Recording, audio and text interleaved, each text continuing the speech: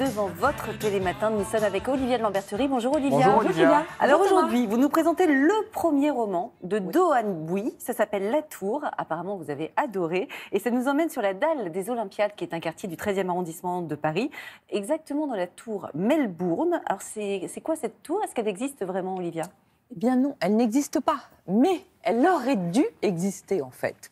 Et puis, vous savez, dans les bons romans, et ce premier roman en est un, la fiction est finalement parfois beaucoup plus réelle que la réalité elle-même.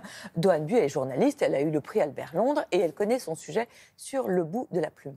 La dalle des Olympiades, elle existe. Ces tours, elles ont été conçues dans les années 60. Elles sont surgies de terre à une époque où, vous savez, on voyait que Paris en tour. Il y avait les tours du front de Seine, pas très loin d'ici. Il y avait la tour Montparnasse. Et il devait y avoir, dans le 13e arrondissement, 50 tours. Wow.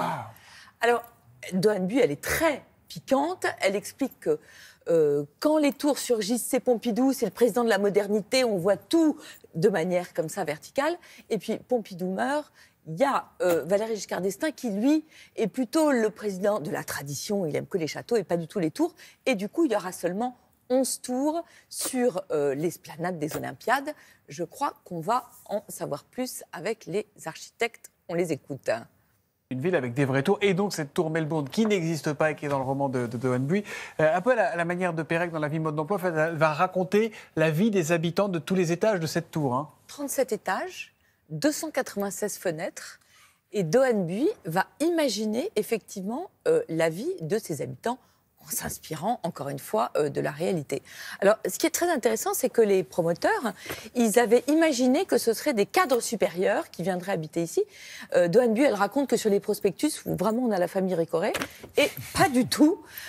Au départ, d'abord, il n'y a personne dans les tours, et puis finalement, ce sont des réfugiés qui fuient le régime communiste. Ascenseur, et que vous regardez comme ça les gens en chien de faïence. Ouais.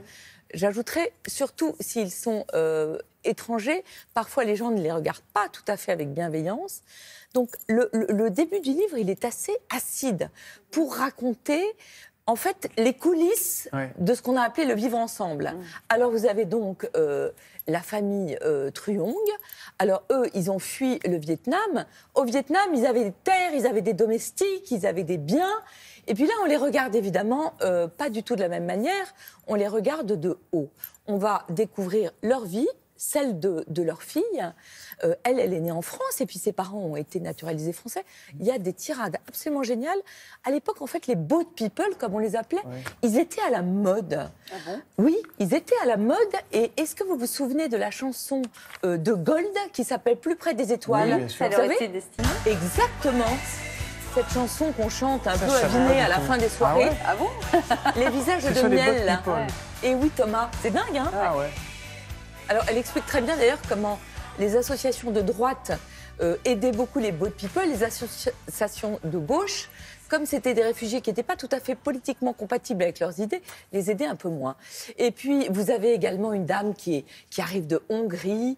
Elle est formidable, elle était une petite pianiste surdouée et il y a eu la chute du mur et à ce moment-là, les conservatoires de musique, tout ça se sont effondrés aussi et les prodiges du piano sont devenus des prodiges chinois.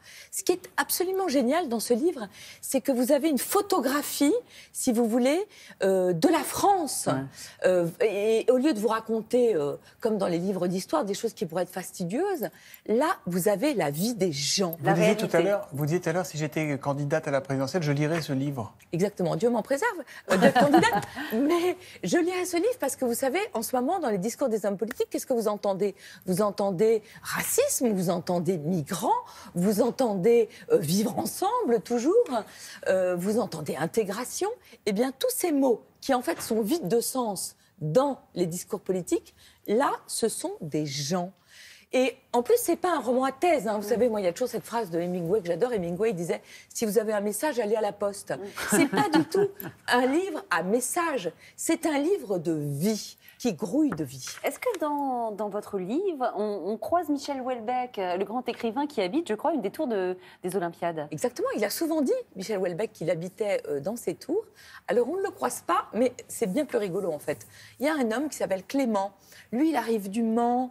Il est, j'emploie exprès le mot parce qu'il est employé, c'est un bâtard. Son père est parti, il a été élevé dans l'humiliation par ses grands-parents. Il est arrivé à Paris, et un jour, il a lu un livre de Michel Houellebecq et il s'est dit, mais c'est ma vie, c'est moi. Vraiment comme si Michel Houellebecq lui parlait à l'oreille.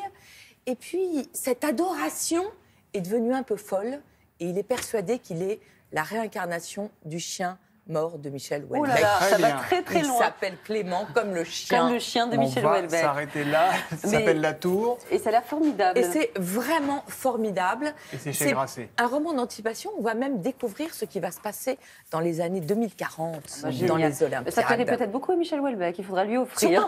Sûrement.